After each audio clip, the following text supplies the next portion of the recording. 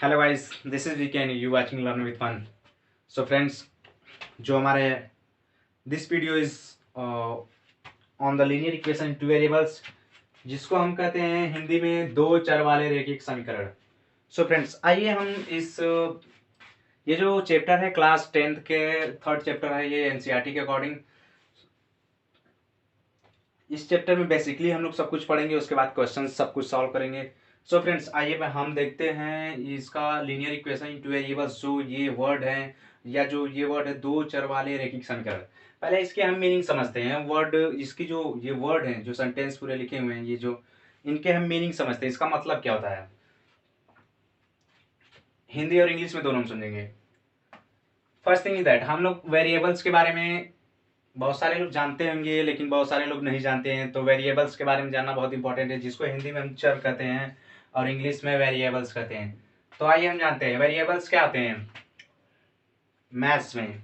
अभी जो हम मैथ्स यूज कर रहे हैं, मैथ्स जो लगा रहे हैं, ध्यान दीजिएगा। मैथ्स में हम जहां भी एक वेरिएबल्स का पार्ट बनाते हैं, एक नॉन वेरिएबल्स का। लिसन टू मी, मुझे एकदम ध्यान से सुनिएगा। जिसको वेरिएबल के बारे में क्लियर कंसेप्ट नहीं होगा, वो मुझे बहुत ध्यान से सुनेंगे। पहली बात, हम जानते हैं 1 2 3 4 5 6 इनफाइनाइट। ये जो न्यूमेरिक वर्ड है, मतलब ये जो हम लोग काउंट कर पाते हैं, गिन पाते हैं, उसको हम न्यूमेरिक वर्ड बोलते हैं। वो न्यूमेरिक मैथ्स में, ठीक है। और अब यहाँ पे वेरिएबल्स के बारे में जानिए, एक्स वाई जेड एक्सेट्रा, ठीक। जब भी मैथ में एक्स वाई जेड ऐसा कुछ वर्ड दिख जाए आपको, मतलब एक्सप्रेशन में, इक्वेशन में, तो आप समझिएगा वेरिएबल्स हैं, ठीक है। इसी को हम वेरिएबल्स कहते हैं। अब हिंदी में जिसको हम चर कहते हैं, एक्स वाई जेड, और जो वो होता है वो अचर होता है, 1 2 3 4 5 6 7 8, ठीक है। चर मतलब वो है जो एक्स वाई जेड है, ऐसा कुछ वेरिएबल्स कहते हैं। अचर वो है जो काउंटेबल हो, 1 2 3 4 5 6, जो गिने जा सके, ऐसा कुछ वर्ड, ठीक है। तो इसे हम अचर कहते हैं, इसे हम चर कहते हैं हिंदी में, और इसे हम नॉन वेरिएबल्स, इसको वेरिएबल्स कहते हैं। तो फ्रेंड्स, अभी हम वेरिएबल्स के बारे में क्लियर हो चुके हैं। अब देखिए इक्वेशंस के बारे में एक वर्ड इसमें भी है, इक्वेशंस के बारे में, जिसको हम समीकरण बोलते हैं, ठीक है। सो फ्रेंड्स, आइए देखते हैं इक्वेशन होता क्या है। यहाँ से हम इक्वेशन के बारे में मैं आपको बताऊंगा। इक्वेशन क्या होता है। इक्वेशन बहुत तरीके से बन सकता है। जैसे कि हम देखिए आप लोग, जैसे कि x square plus 5x plus 3 equal to 0, y square plus 6y plus 4 equal to 0।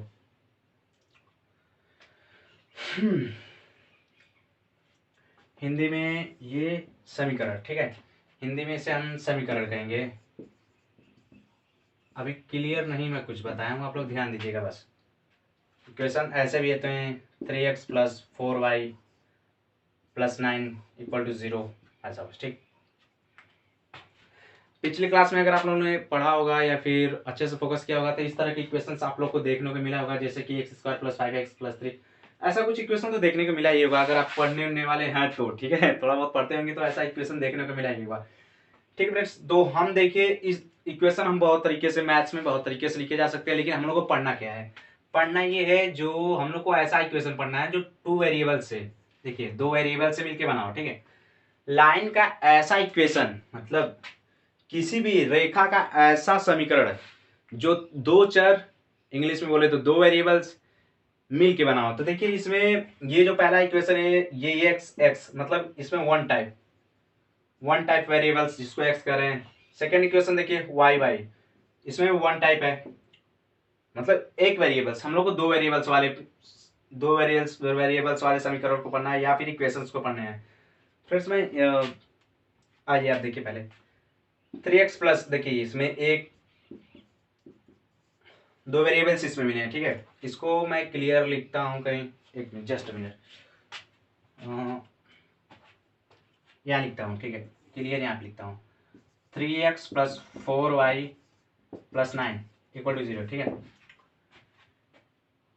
x जिसको हम वेरिएबल्स बोल रहे हैं, वाई भी वेरिएबल्स बोल रहे हैं, मतलब इसमें दो टाइप के वेरिएबल्स मिल चुके हैं, ठीक है। तो हम लोग को इसी तरह की इक्वेशंस को पढ़ने हैं, इसी तरह के समीकरण को पढ़ना है इस पूरे चैप्टर्स में। जो ये लीनियर इक्वेशन, टू वेरिएबल्स या फिर दो चर वाले रैखिक समीकरण है, इसमें पूरे चैप्टर में हमें इस तरह के इक्वेशंस या इस तरह के समीकरण देखने को मिलेंगे, ठीक है फ्रेंड्स। तो ये हो गए इक्वेशंस जो हमें पढ़ने हैं।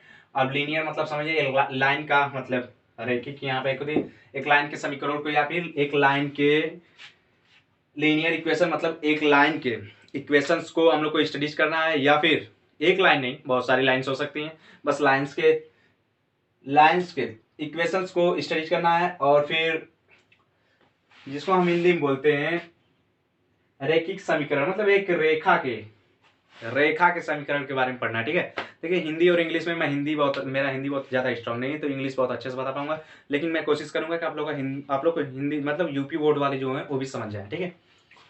सो फिर आइए नेक्स्ट।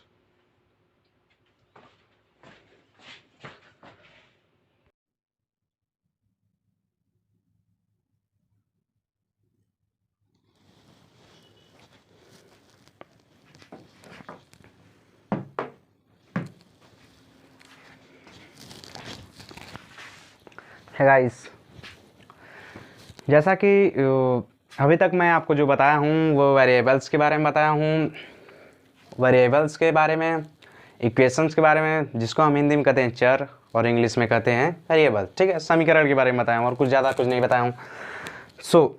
मैं इतना बता दिया हूँ कि इसमें क्या पढ़ना है, दो टाइप के मतलब कि टू वेरिएबल्स वाली इक्वेशंस को पढ़ने हैं। टू वेरिएबल्स क्या होते हैं, जिसमें एक्स वाई दोनों मिल जाए, या जेड एक्स मिल जाए, या जेड वाई मिल जाए, या ऐसा कुछ दो वेरिएबल्स मिलना चाहिए, ठीक है। Different type of two variables मिलने चाहिए, टू चर मिलने चाहिए, ठीक है।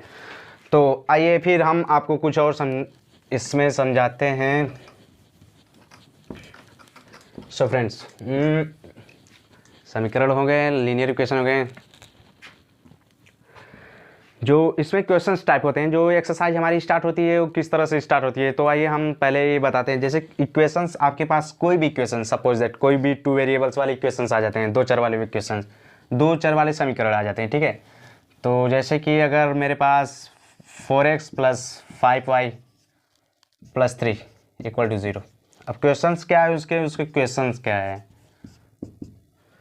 ये जो देखिए क्वेश्चन क्या हो सकते हैं यहाँ पे, या तो कहेगा इसको ग्राफ के मेथड से, जिसको हम हिंदी में कहते हैं ग्राफिक विधि, ठीक है। ग्राफ के मेथड से, ग्राफिक विधि, ग्राफ मेथड, ठीक। इसको ग्राफ पे शो अप करिए, मतलब इस लाइन का जो इक्वेशन है, एक लाइन का इक्वेशन दे दिया है, अब इसको मुझे सॉल्व करना है। इसमें से कुछ ऐसे पॉइंट्स लाऊंगा जिस पॉइंट्स को मैं ग्राफ पे ड्रॉ करूंगा। उसको ड्रॉ करने के बाद उसके बाद एक लाइन उससे मिला के खींचूंगा, जिसकी वजह से हमारे पास उस लाइन, वो क्लियर लाइन आ जाएगी कहाँ पे वो मिलती है, ग्राफ पे। सो फ्रेंड्स, देखिए क्वेश्चन टाइप्स जो आते हैं, ये पहला टाइप है, ठीक है ना, ग्राफिक विधि, मतलब कि ग्राफ। तो पहले मैं आप लोग को इस तरह के कुछ दो चार क्वेश्चन समझाऊंगा। उसके बाद सेकेंड थिंग, जो सेकेंड थिंग है वो ये हो गए। अब दो इक्वेशंस दे देंगे आपके पास, दो अलग अलग तरह के इक्वेशंस दे देंगे। आप कहेंगे कि उस दोनों इक्वेशंस को यूज करिए, या फिर वो जो दोनों समीकरण हैं आप यूज करिए, और उससे x और y की वैल्यू फाइंड करके दिखाइए। और उस जो वैल्यू को आप फाइंड कर रहे हैं वो कैसे क्लियर होगा कि उस इक्वेशंस का हैं, वो पॉइंट्स की नहीं है। या फिर हमारे पास अगर कोई पॉइंट्स दे दिए, जैसे कि सपोज दैट हमारे पास पॉइंट दे दिए 5 और 3, ये एक पॉइंट, सपोज दैट ये एक पॉइंट है, ठीक है, ये इक्वेशन है। अब हमें ये कैसे पता चलेगा कि ये पॉइंट्स, ये इक्वेशन, मैं इस ग्राफ, नॉर्मली इसका एक लाइन का ग्राफ बना देता हूँ। ये देखिए, ध्यान से देखिएगा, मैं इस लाइन का ये इक्वेशन, जैसे ये जो इक्वेशन है ये लाइन बना है, ठीक है, 4x + 5y + 3, ठीक है। अब इस इक्वेशंस को मैं यूज करके सपोज दैट एक लाइन बना लिया, सपोज दैट मैं बना लिया, ठीक है। अब वो जो क्वेश्चन पूछेगा कि ये पूछेगा कि बताइए ये जो पॉइंट है क्या इस लाइन में आएगा, ये जो लाइन है इस पे कहीं भी ये टच कर रहा है ये पॉइंट, ये जो, तो कैसे हमें क्लियर होगा, कैसे हमें क्लियर होगा कि ये जो पॉइंट्स है इस लाइन पे ही आएगा या इस लाइन पे नहीं आएगा। ऐसा कुछ सेकंड टाइप का क्वेश्चन है या ऐसा कुछ क्वेश्चन आ सकते हैं। और फिर क्वेश्चंस ऐसे आते हैं जैसे मैं आपको दिखा रहा हूँ। ये तो फर्स्ट टाइप हो गया, ग्राफ का मेथड फर्स्ट टाइप से हो गया। हाँ ग्राफ ये, और इसमें वर्ड प्रॉब्लम भी आते हैं। वर्ड प्रॉब्लम मतलब कि वो अपनी स्टोरी दे देगा, कुछ भी दे देगा, स्टोरी एज वगैरह का क्वेश्चन आते हैं। जैसे कि स्टोरी में क्या देते हैं कभी कभी क्वेश्चंस कि हाँ जैसे कि कोई दो चीज़ खरीदी जाएगी, जैसे बैट और बॉल खरीदी जाएंगी, उसका रुपीज़ दे देगा और कितने अमाउंट में कर देगा वो दे देगा। अब उससे हमें एक इक्वेशंस को बनाना है या फिर उससे हमें इक्वेशंस को तैयार करना है। इक्वेशन को तैयार करके हमें या तो ग्राफ पे उसको दिखाना पड़ेगा या तो उसकी एक्स एंड वाई की वैल्यू फाइंड करनी होगी। ये इसमें ग्राफ ये वर्ड प्रॉब्लम आ जाते हैं। तो जो मेरा नेक्स्ट वीडियो होगा, जो सेकेंड पार्ट होगा, वो इसी टाइप से शुरू होंगे, ग्राफ से शुरू होंगे और इसमें कुछ क्वेश्चन शुरू कराए जाएंगे और उसके बाद सब नॉर्मली चलता रहेगा पैरेलली। ठीक है, मेरी कोशिश जो रहेगी आपकी क्लास 10th, 3 महीने भी बहुत टाइम है यार, 3 महीने में पूरा मैथ्स कंप्लीट हो जाएंगे और प्रैक्टिस पेपर भी सॉल्व हो जाएंगे। ठीक है, सो अब के लिए बाय बाय।